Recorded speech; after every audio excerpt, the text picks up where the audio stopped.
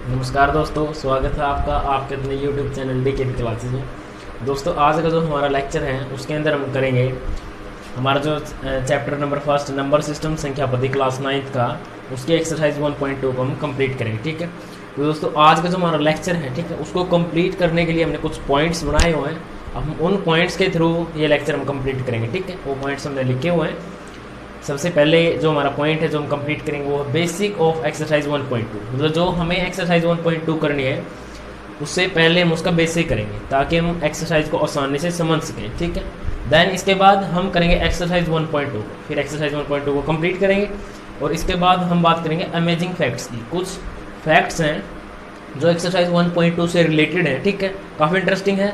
बाद में सबसे लास्ट में हम उनको डिस्कस करेंगे। ठीक है, तो फ्रेंड्स अब हम स्टार्ट करते हैं बेसिक ऑफ एक्सरसाइज 1.2 कि एक्सरसाइज 1.2 का जो बेसिक है। ठीक है, जो छोटी छोटी बातें एक्सरसाइज 1.2 के अंदर इस्तेमाल होने वाली हैं उनको हम देखते हैं। ठीक है, तो फ्रेंड्स अब तक हम इस चैप्टर के अंदर रैशनल नंबर्स के बारे में पढ़ चुके हैं। ठीक है, रैशनल नंबर्स, ठीक है, जिन्हें हम हिंदी में बोलते हैं परिमेय संख्याएं। परिमेय संख्याएं, ठीक है, जिनको लेटर कैपिटल क्यू से रिप्रेजेंट किया जाता है। जो परिमेय संख्याएं या रैशनल नंबर्स हैं उनको कैपिटल क्यू के द्वारा रिप्रेजेंट किया जाता है। ठीक है, और जो ये रैशनल नंबर है परिमेय संख्याएं हैं, ठीक है, ये होती है इस फॉर्म की। रैशनल नंबर कैसे होता है जो इस फॉर्म में लिखा जाए। ठीक है, P over Q, P by Q, इस रूप में जो नंबर लिखे जाते हैं, ठीक है, जो इस फॉर्म में रिप्रेजेंट कर सकते हैं, हम लिख सकते हैं, वो नंबर होते हैं रैशनल नंबर, परिमेय संख्याएं। ठीक है, ये इनकी परिभाषा है। तो कंडीशन ये होती है कि जो P और Q, P and Q are integers, ये इंटीजर्स होते हैं जिन्हें हम हिंदी में बोलते हैं पूर्णांक। ठीक है, मतलब जो P और Q है वो पूर्णांक होने चाहिए, इंटीजर होने चाहिए। और एक कंडीशन ये है कि जो Q की जो वैल्यू है वो नॉट इक्वल टू 0 होनी चाहिए। मतलब Q पूर्णांकों में से सारी वैल्यू ले सकता है एक्सेप्ट 0। ठीक है, इंटीजर्स की जो वैल्यू है Q की वो 0 के अलावा और कुछ भी हो सकती है। ठीक है, P अपनी कुछ भी वैल्यू ले सकता है, P के ऊपर सिर्फ एक ही कंडीशन है, वो एक इंटीजर होना चाहिए।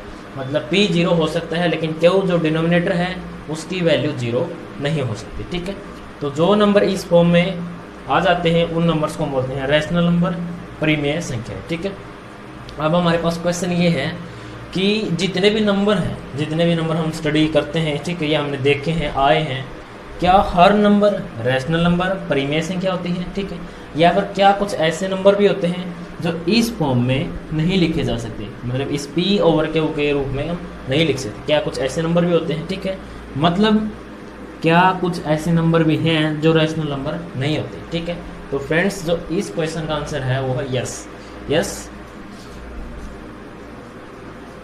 ऐसे इनफाइनाइट नंबर्स हैं जो इस डिवाइड की फॉर्म में नहीं लिखे जाते। ठीक है, फॉर एग्जांपल एक उदाहरण के तौर पर जो ये नंबर है √5, ठीक है, √5 एक ऐसा नंबर है जो इस फॉर्म में नहीं लिखा जा सकता। मतलब ये नंबर कैसा है? Not rational. ये नंबर रैशनल नंबर नहीं है, मतलब ये परिमेय संख्या नहीं है। ठीक है, अब जो नंबर रैशनल नंबर, परिमेय संख्या नहीं होती, ठीक है, उन नंबर्स का जो नाम है वो होता है इरेशनल नंबर्स।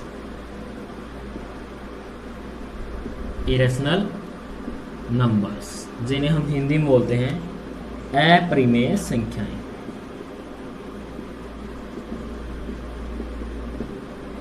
अपरिमेय संख्याएं, तो मतलब √5, ठीक है, जो वर्गमूल के अंदर जो 5 है वो रैशनल नहीं है। इसका मतलब ये कैसा नंबर है? ये एक इरेशनल नंबर है, एक अपरिमेय संख्या है। ठीक है, तो यहाँ से ये कंक्लूजन है कि हर नंबर, ठीक है, हम ये कह सकते हैं हर नंबर रैशनल नंबर नहीं होता। ठीक है, काफ़ी सारे ऐसे नंबर, इनफाइनाइट ऐसे नंबर्स हैं हमारे पास जो इरेशनल अपरिमेय संख्याएं होती हैं। ठीक है, अब दोस्तों जो नंबर्स हम वास्तविक नंबर होते हैं, ठीक है, उनको दो कैटेगरी के अंदर डिवाइड किया गया है। एक है परिमेय संख्या या रैशनल नंबर्स और दूसरी कैटेगरी बनाई गई है अपरिमेय संख्याएं, इरेशनल नंबर्स को। ठीक है, मतलब जो रियल नंबर्स, जो वास्तविक संख्याएं हैं, ठीक है, अब उनको दो पार्ट के अंदर ब्रेक किया गया है, रैशनल नंबर्स और इरेशनल नंबर्स को, ठीक है। फिर जो रैशनल नंबर्स हैं उनकी फर्दर कैटेगरी होती है, ठीक है। आगे तो अब हम इनका एक चार्ट ड्रॉ कर लेते हैं, ठीक है, जिसके द्वारा हम इनको आसानी से समझ सकते हैं, ताकि जितने भी जो नंबर सिस्टम है वो हम इस चार्ट की मदद से बिल्कुल आसानी से समझ सकें। तो हम उस चार्ट को कंप्लीट करते हैं, ठीक है। तो हमारे पास जो सबसे बड़ा सिस्टम है नंबर्स का, वो है रियल नंबर्स, वास्तविक संख्या, ठीक है। तो उस नंबर से हम स्टार्ट करते हैं, रियल नंबर्स, ठीक है। रियल नंबर्स, और रियल नंबर की दो कैटेगरी है, इरेशनल नंबर्स,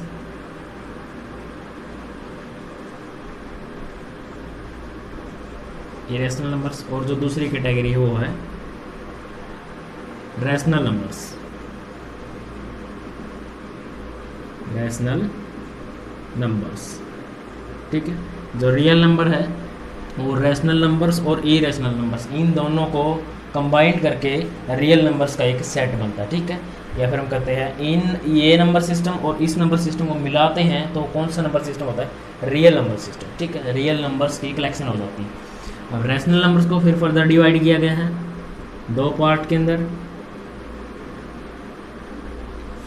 वो नंबर जो फ्रैक्शंस में होते हैं, फ्रैक्शंस जिन्हें हम हिंदी में बोलते हैं भिन्न, और दूसरे हैं इंटीजर्स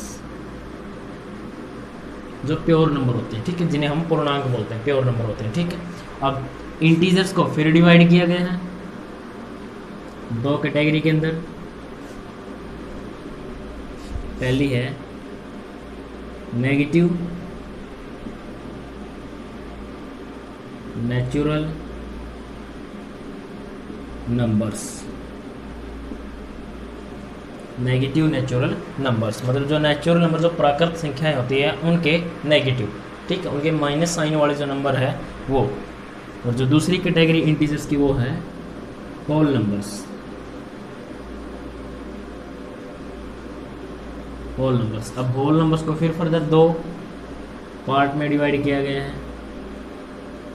एक है ज़ीरो, सिर्फ अकेला नंबर ज़ीरो, और दूसरा है नेचुरल नंबर्स, नेचुरल नंबर्स, ठीक है। तो फ्रेंड्स ये चार्ट या आप इसको नोट भी कर सकते हैं, ठीक है, ये बहुत इंपॉर्टेंट रहने वाला है।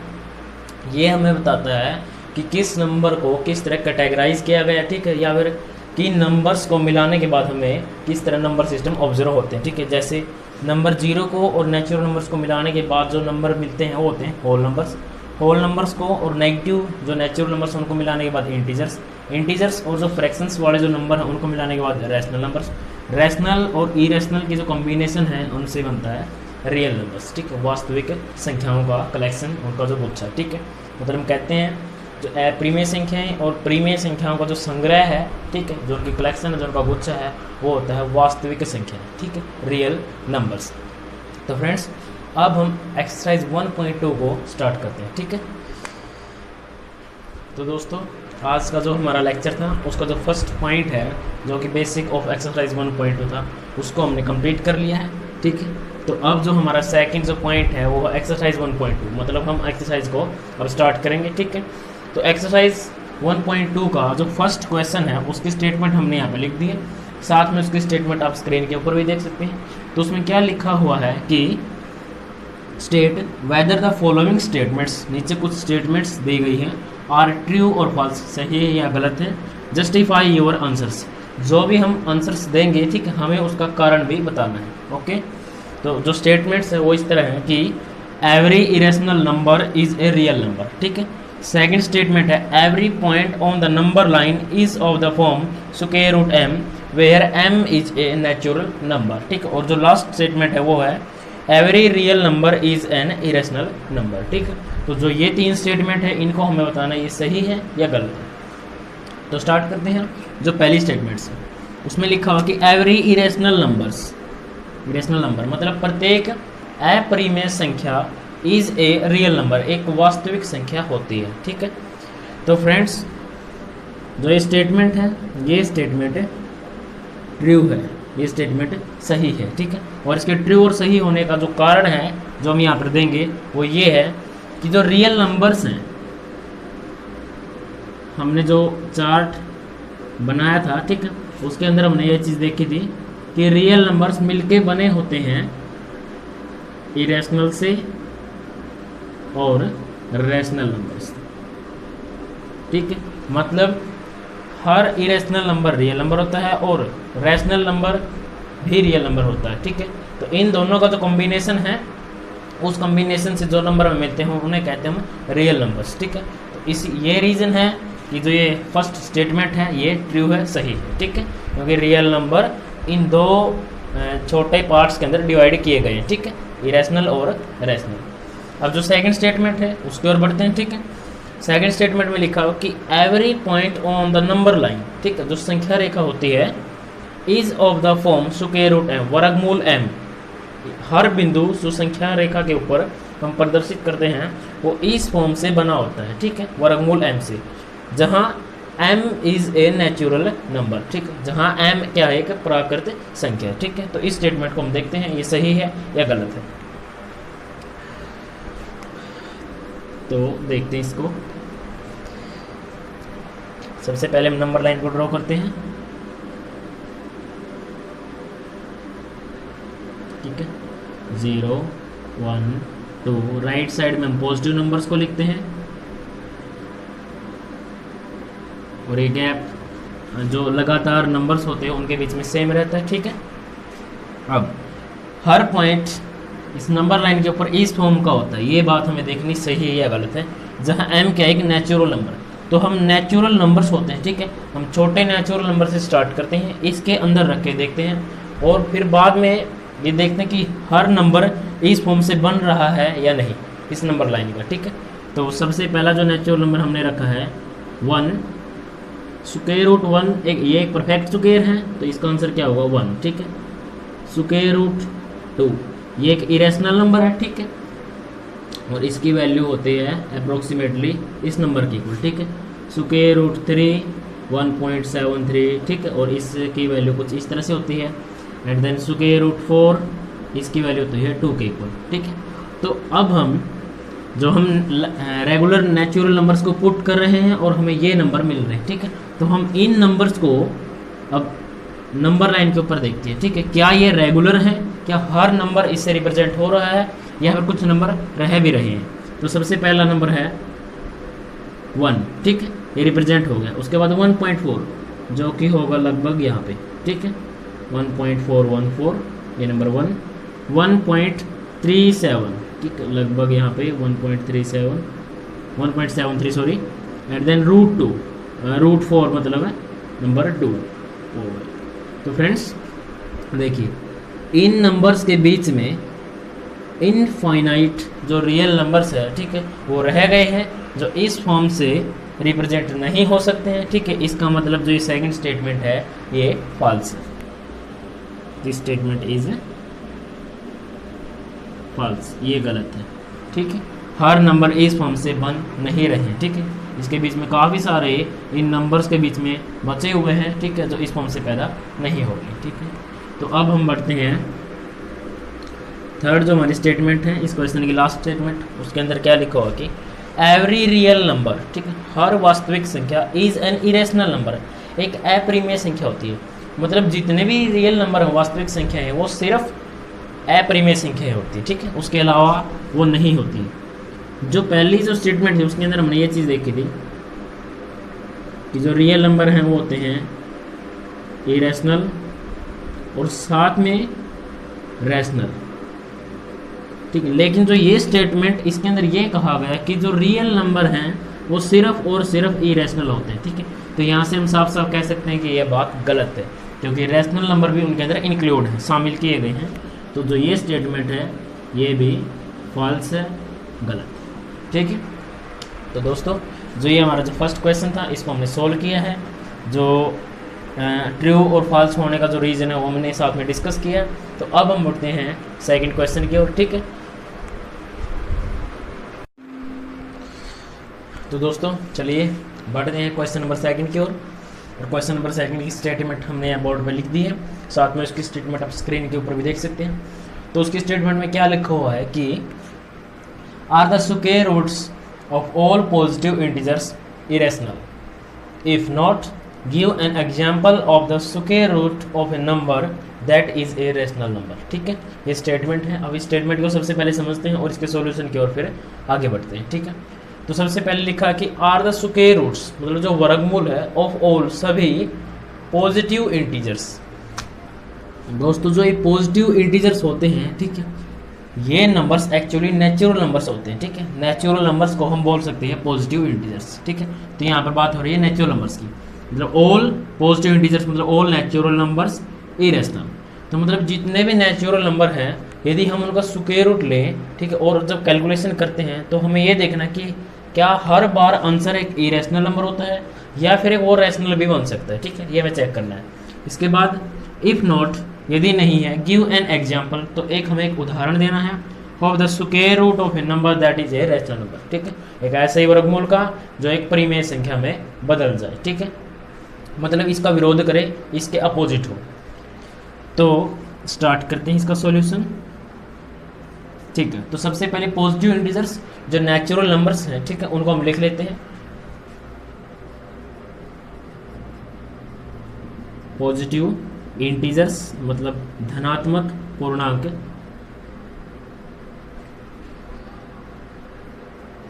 ठीक है, ये नेचुरल नंबर्स ही होते हैं। 1 2 3 4 5 6 और इस तरह इनफाइनाइट तक इनका जो ये पैटर्न है वो आगे बढ़ता चला जाता है। ठीक है, अब हमें क्वेश्चन के अंदर कहा गया कि इन नंबर्स का स्क्वायर रूट चेक करना है, क्या हमेशा इरेशनल होगा या रैशनल भी आ सकता है। ठीक है, तो चेक करने के बाद हम इसका आंसर देंगे। तो इस नंबर का जब स्क्वायर रूट लेंगे, स्क्वायर रूट 1, जिसका आंसर होता है 1, स्क्वायर रूट 2, ठीक है, ये एक इरेशनल नंबर है, मतलब दैट इज इरेशनल नंबर। ठीक है, बट यहाँ से यदि हम देखें जो नंबर 1 है उसको हम रिप्रेजेंट कर सकते हैं इस फॉर्म के अंदर। ठीक है, और ये फॉर्म किस नंबर्स की होती है फ्रेंड? यस, आप जानते हैं ये फॉर्म होती है रैशनल नंबर की। मतलब ये नंबर रैशनल है और ये किसके इक्वल है? 1 के इक्वल। तो हम कह सकते हैं number 1 is a rational number और यहाँ से हमें वो नंबर मिला है। तो यहाँ से हम डायरेक्टली कह सकते हैं कि जो ये बात है, ठीक है, कि आर क्या ऐसा होता है इरेशनल होते हैं? नो, हर बार इरेशनल नंबर नहीं आएंगे। ठीक है, काफ़ी सारे इनफाइनाइट ऐसे नंबर हमें मिलेंगे जो रैशनल नंबर्स के अंदर बदल जाएंगे। ठीक है, और वो नंबर होंगे कौन से, इस बात के ऊपर ही फोकस करते हैं। जो नंबर एक परफेक्ट स्क्वायर होगा, ठीक है, उसका हम स्क्वायर रूट लेंगे तो हर वो नंबर रैशनल नंबर के अंदर बदलता हुआ मिलेगा। ठीक है, जैसे स्क्वायर रूट 1 का आंसर 1, स्क्वायर रूट 3 वो भी इरेशनल होगा, स्क्वायर रूट 4 ये एक परफेक्ट स्क्वायर, इसका आंसर 2 होगा, इसको हम लिख सकते हैं 2/1। ये फिर से क्या हो जाएगा? Rational number, because 4 is a perfect square. ठीक है, तो मतलब जितने भी परफेक्ट स्क्वायर हैं ये अपने आप में बदलते हुए मिलेंगे परिमेय संख्याओं के अंदर। ठीक है, तो मतलब जो ये बात थी ये हमेशा सही नहीं है, तो हम लिखेंगे no, square root of all positive integers irrational. ठीक है, मतलब जो स्क्वायर रूट लें यदि हम पॉजिटिव इंटीजर्स का, वो हमेशा इरेशनल नंबर नहीं होगा। अब कहता है कि हमें इसका उदाहरण देना है, तो हम ये उदाहरण या ये उदाहरण इसके अंदर दे सकते हैं। ठीक है, तो फ्रेंड्स ये था हमारा क्वेश्चन नंबर 2 जिसको हमने कंप्लीट किया है। ठीक है, अब हम बढ़ते हैं क्वेश्चन नंबर 3 की ओर। ठीक है, उसके स्टेटमेंट को देखते हैं।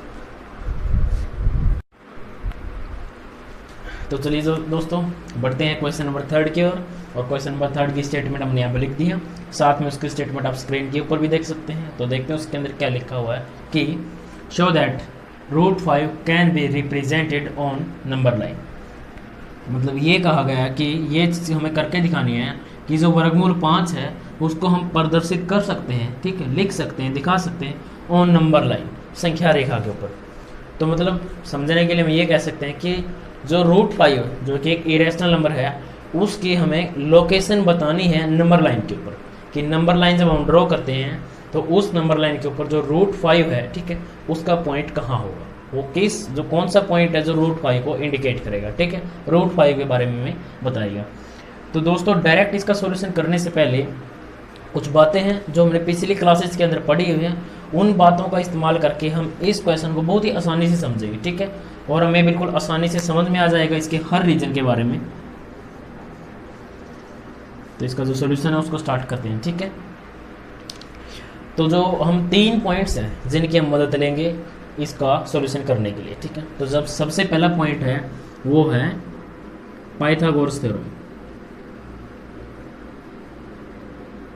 पाइथागोरस थ्योरम या पाइथागोरस प्रॉपर्टी, ठीक है, जो कि एक राइट एंगल ट्रायंगल के अंदर यूज़ होती है, ठीक है, या राइट एंगल ट्रायंगल की एक प्रॉपर्टी होती है, ठीक है।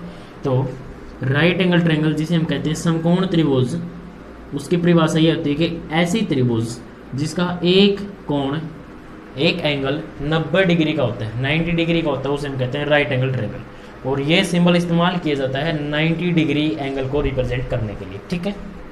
ओके, तो फ्रेंड्स जो ये 90 डिग्री का एंगल है, इसके अपोजिट में जो साइड होती है इसके सामने, इस साइड का नाम होता है हाइपोटेन्यूज, जिसको हम एच से रिप्रेजेंट कर रहे हैं, हिंदी में इसको बोलते हैं कर्ण। और ये इस ट्रायंगल की सबसे बड़ी साइड होती है, ठीक है, सबसे बड़ी साइड होती है हाइपोटेन्यूज। अब जो ये नीचे वाली साइड है जिसके ऊपर ये ट्रायंगल टिकी हुई है, इसको हम बोलते हैं बेस, जिसको हम बी से रिप्रेजेंट किया है, हिंदी में इसको बोलते हैं आधार। और जो ये थर्ड साइड जो बची हुई है इसको हम बोलते हैं परपेंडिकुलर भी बोलते हैं, एल्टीट्यूड भी बोल देते हैं, या फिर हाइट भी इसको हम बोल देते हैं। मतलब हिंदी में हम यदि इसको लिखें तो हम कहेंगे इसको ऊंचाई, ठीक है, सिरस लंब या फिर लंब, ठीक है, ये इसके नाम हैं। तो इन तीनों के अंदर एक रिलेशन है जो कि जो पाइथागोरस थ्योरम हमें बताती है। अब वो रिलेशन कौन सी है, और इस रिलेशन का इस्तेमाल हम हमारे क्वेश्चन के अंदर करेंगे, ठीक है। तो ये रिलेशन है कि हाइपोटेन्यूज का स्क्वायर वो होता है perpendicular square plus base square के। राइट एंगल ट्रायंगल की जो 3 साइड्स हैं, उन तीनों साइड्स के अंदर ये रिलेशन होता है। कोई भी हम राइट एंगल ट्रायंगल ले, उसकी तीनों साइड्स के अंदर ये रिलेशन जरूर होता है।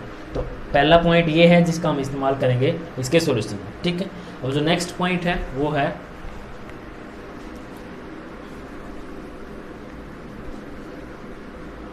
तो इसका हम यूज करेंगे। नेक्स्ट पॉइंट है सर्कल, ठीक है, जिसे हम हिंदी में कहते हैं वृत्त। फ्रेंड्स जो सर्कल की जो परिभाषा है या एक सर्कल की हम उसे प्रॉपर्टी भी कह सकते हैं, वो प्रॉपर्टी का इस्तेमाल करेंगे हम इसके सॉल्यूशन के अंदर, ठीक है। बहुत ही बेसिक प्रॉपर्टी है। जो वृत्त जो कि ज्योमेट्रिकल फिगर है, इस तरह की आकृति को हम वृत्त कहते हैं, इसको हम केंद्र कहते हैं। और केंद्र बिंदु से लेके इसकी बाउंड्री तक का कोई एक पॉइंट यदि हम स्ट्रेटली ज्वाइन करते हैं, ठीक है, मिलाते हैं, तो जो ये रेखाखंड है, ये लाइन सेगमेंट है, इसको कहा जाता है रेडियस, त्रिज्या, जिसको हम आर से लिखते हैं, ठीक है। और फैक्ट की बात ये है, ये सर्कल की जो प्रॉपर्टी हम कह सकते हैं, एक सर्कल की इनफाइनाइट रेडियस होती है और हर रेडियस, ठीक है, मतलब जितनी भी रेडियस है उनकी लेंथ बराबर होती है।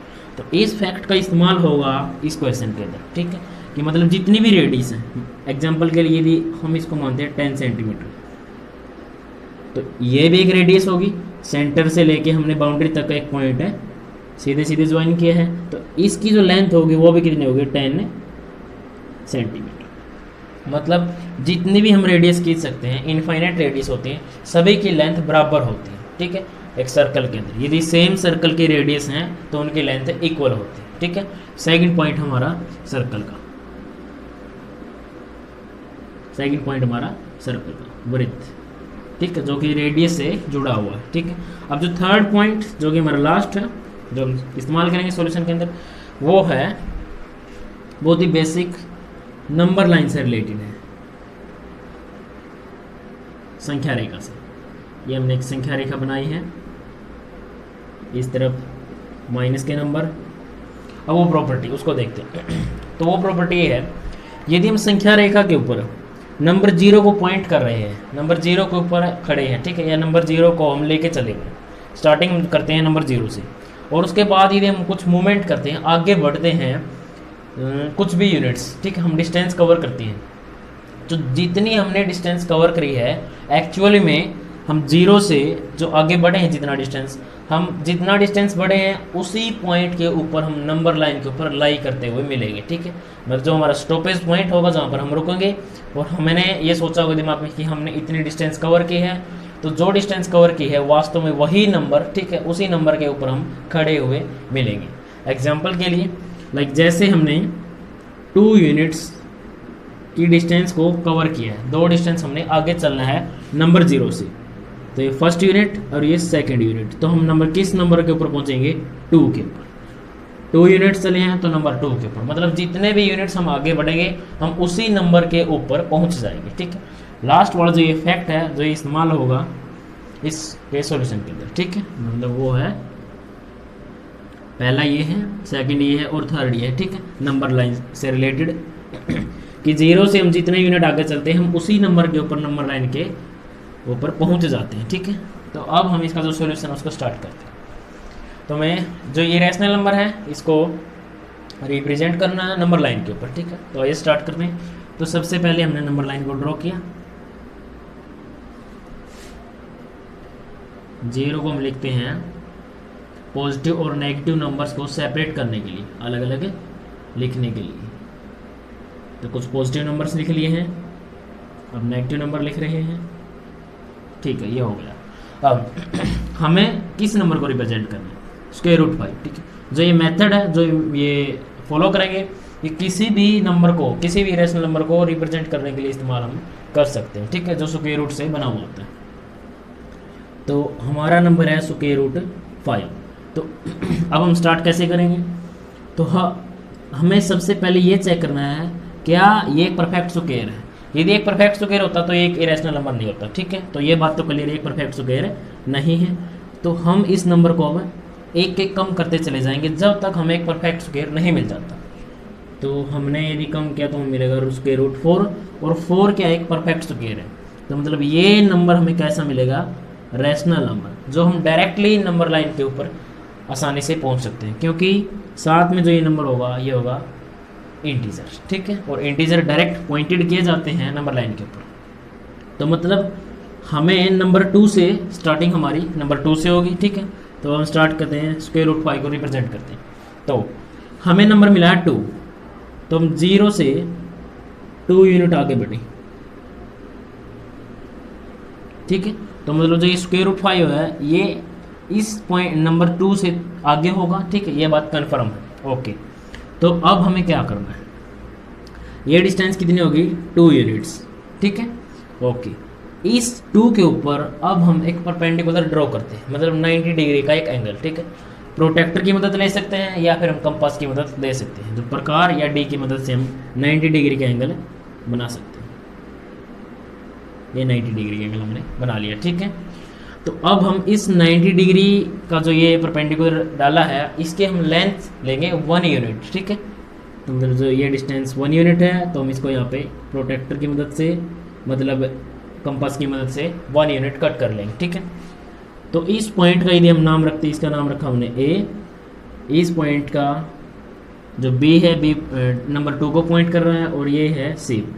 तो हमने AC को हम ज्वाइन करते हैं, ये 2 थी लेंथ हमारी, ठीक है, AC को ज्वाइन करते हैं।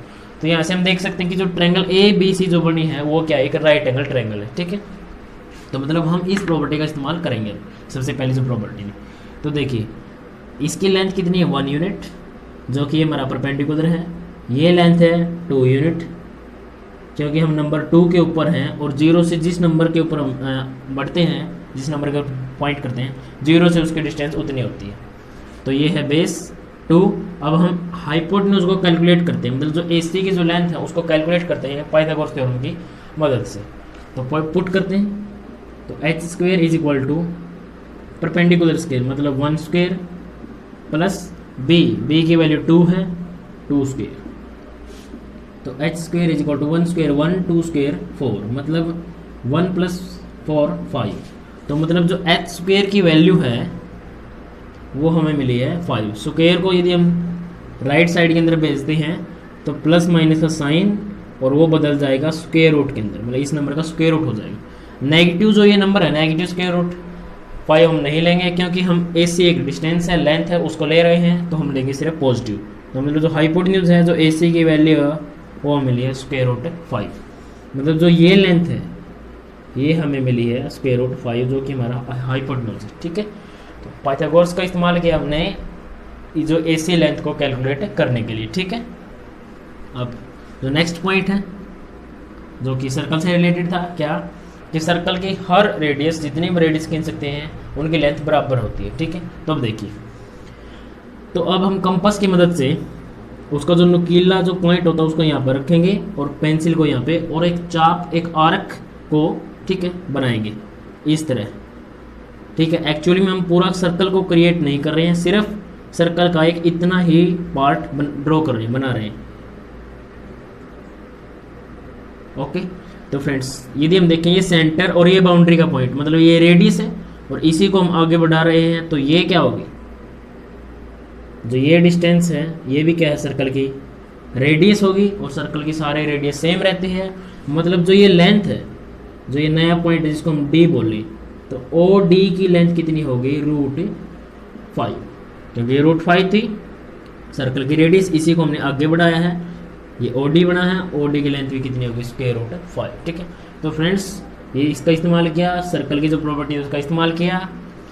अब करते हैं इस्तेमाल जो हमारा थर्ड जो बात थी, थर्ड जो पॉइंट था कि नंबर लाइन के ऊपर यदि हम 0 से जितना डिस्टेंस आगे बढ़े हुए होते हैं हम उसी नंबर के ऊपर, नंबर लाइन के ऊपर लाई करते हैं। ठीक है, तो देखिए फ्रेंड्स, जो ये डिस्टेंस है जो कि नंबर 0 से हमने मेजर की है वो है √5। ठीक है, तो इसका मतलब क्या होगा कि जो ये पॉइंट है ये किस नंबर को इंडिकेट करता हुआ होगा, √5।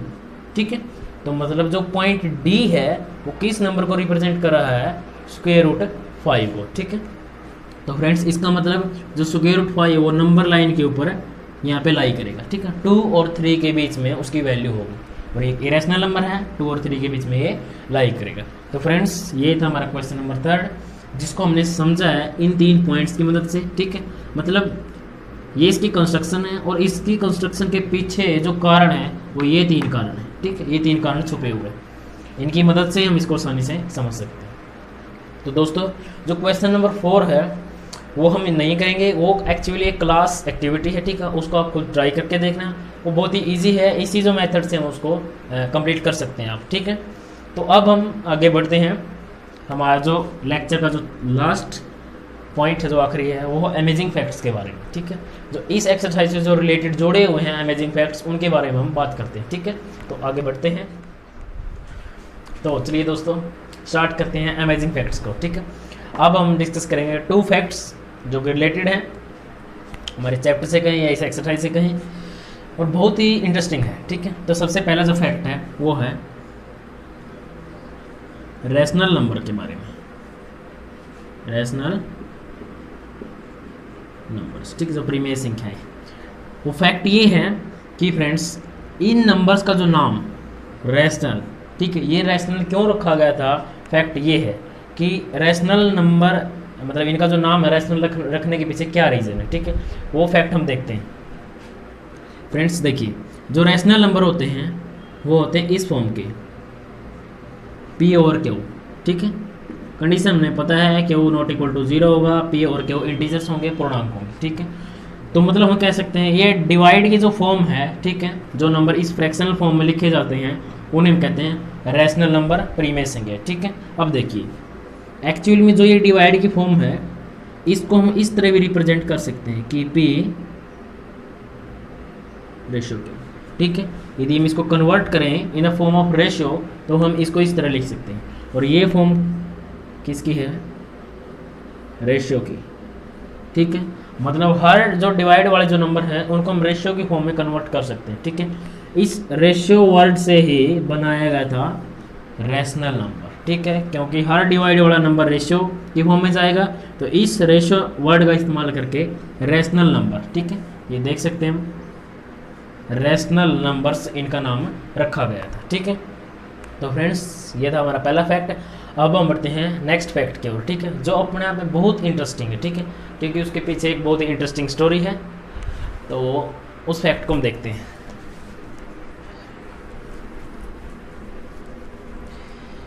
तो फैक्ट ये है कि दोस्तों हमने ये बात पढ़ी है कि हमारे पास इनफाइनाइट इरेशनल नंबर होते हैं, ठीक है। मतलब अपरिमित रूप से अनेक अपरिमेय संख्याएं हमारे पास होती हैं। अब फैक्ट ये है कि क्या आप ये सोच सकते हैं कि सबसे पहले जो इरेशनल नंबर, ठीक है, खोजा गया था, जिसकी डिस्कवरी थी, वो कौन सा था फ्रेंड्स? जो सबसे पहले जो इरेशनल नंबर था जिसकी डिस्कवरी हुई थी वो था स्क्वायर रूट 2, वर्गमूल 2। सबसे पहले इस इरेशनल नंबर की डिस्कवरी हुई थी, सबसे पहले ये अपरिमेय संख्या खोजी गई थी, ठीक है। और फैक्ट की बात और इंटरेस्टिंग ये है कि जिस व्यक्ति ने खोजा था या जिस मैथमेटिशियन ने खोजा था, इस खोज के कारण उसकी मृत्यु हो गई थी, ठीक है। यस फ्रेंड्स, आपने बिल्कुल सही सुना है। स्क्वायर रूट 2 एक इरेशनल नंबर है, ये बताने के कारण उस मैथमेटिशियन की मौत हो गई थी, या फिर हम कहें मौत करवा दी गई थी, ठीक है। एक्चुअली दोस्तों, जो ये स्क्वायर रूट 2 है, ये नंबर ढूंढा था मैथमेटिशियन हिप्पैसिस ने। मैथमेटिशियन हिप्पैसिस ने इस नंबर स्क्वायर रूट 2 को ढूंढा था, ठीक है। और जो हिप्पैसिस थे वो आपने सुना होगा, जिनका हमने अभी इस्तेमाल भी की थी, एक थ्योरम पाइथागोरस।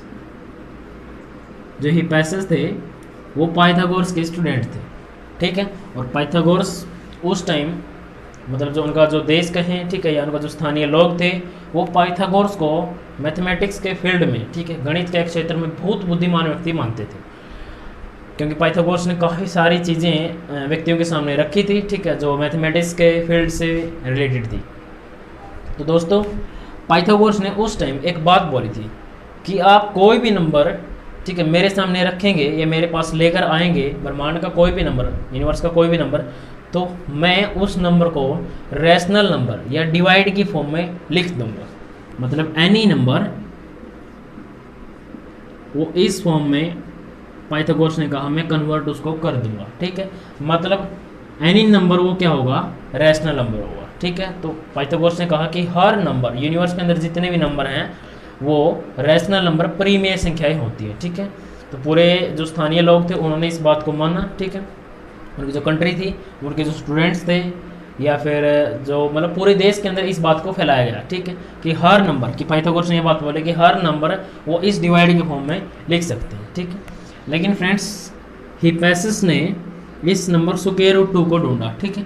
एक्चुअली हिप्पैसिस ने ये ढूंढा था, एक वर्ग के ऊपर वो काम करे थे, स्क्वायर के ऊपर, जिसकी हर एक साइड 1 थी, यूनिट स्क्वायर था, और इसके डायगोनल को यदि आप कैलकुलेट करोगे पाइथागोरस से तो ये मिलेगा स्क्वायर रूट 2। जो विकर्ण है इसकी वैल्यू थी स्क्वायर रूट 2। तो हिप्पैसिस ने भी इसको ट्राई किया कि उसके जो टीचर हैं उन्होंने बोला है तो ये बात पक्की होगी ही कि स्क्वायर रूट 2 को उन्होंने कोशिश की इस फॉर्म में रिप्रेजेंट करने की, ऐसे पी और क्यू ढूंढने की कि इनका आंसर स्क्वायर रूट 2 वर्गमूल 2 उन्हें मिल जाए।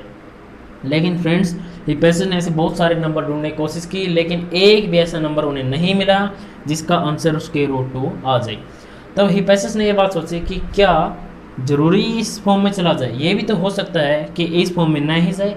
मतलब उनका एक इंट्यूशन था, एक अंदाज़ा था, उनके पास एक ठोस प्रमाण नहीं था, सॉलिड प्रूफ नहीं था कि स्क्वायर रूट 2 वास्तव में इस फॉर्म में नहीं जाएगा।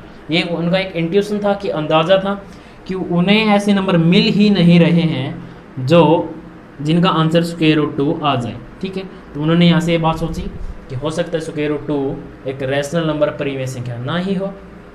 तो अब उन्होंने इस नंबर को, जो अपने टीचर थे पाइथागोरस, उनके सामने शो किया, दिखाया। तो पाइथागोरस ने भी ट्राई की कि स्क्वायर रूट 2 है इस फॉर्म में उनको बनाने की, लेकिन वो भी इस काम में नाकामयाब हुए, ठीक है, फेल हुए। पी और क्यू उन्हें भी नहीं मिले, उन्होंने बहुत ट्राई की, नहीं, लेकिन नहीं मिले। अब पाइथागोरस ने इस बात के बारे में सोचा कि ये ऑलरेडी ये बोल चुके हैं कि कोई भी नंबर रैशनल नंबर होगा, एनी नंबर वो क्या होगा, रैशनल नंबर होगा, ठीक है। लेकिन हिप्पैसिस ने ढूंढ के दिखाया कि रूट 2 को तो हम लिख ही नहीं सकते हैं, उन्होंने बहुत सारे एफर्ट किए, कोशिश की, लेकिन नहीं लिख सकते हैं। तो पाइथागोरस ने अब अपनी पॉपुलैरिटी को बचाने के लिए, अपनी प्रसिद्धि को कायम करने के लिए हिप्पैसिस की मौत करवा दी, ठीक है, डेथ, हिप्पैसिस की मौत करवा दी गई, ठीक है। पाइथागोरस ने हिप्पैसिस को मरवा दिया गया ताकि जो स्क्वायर रूट 2 है ये एक सीक्रेट बना रहे, ठीक है, और उनकी पॉपुलैरिटी के ऊपर कोई भी आंच ना आए, कोई फर्क ना पड़े, ठीक है। तो फ्रेंड्स, ये था जो अमेजिंग फैक्ट जो इरेशनल नंबर से कनेक्टेड था, ठीक है, कि पाइथागोरस ने किस तरह अपने स्टूडेंट हिपैसिस की मौत करवाई थी इस नंबर की डिस्कवरी के लिए, ठीक है।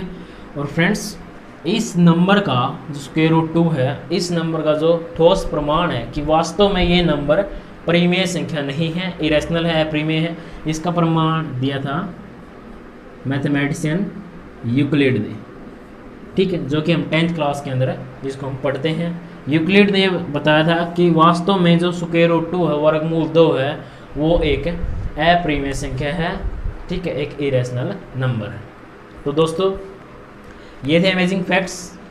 वास्तव में आपको बहुत ही मज़ा आया होगा इनको समझने के बाद, ठीक है, देखने के बाद। तो फ्रेंड्स, आज की जो हमारी जो वीडियो थी वो हम यहीं पर समाप्त करते हैं, ठीक है। वीडियो को पूरा देखने के लिए आपका बहुत बहुत धन्यवाद। Thank you.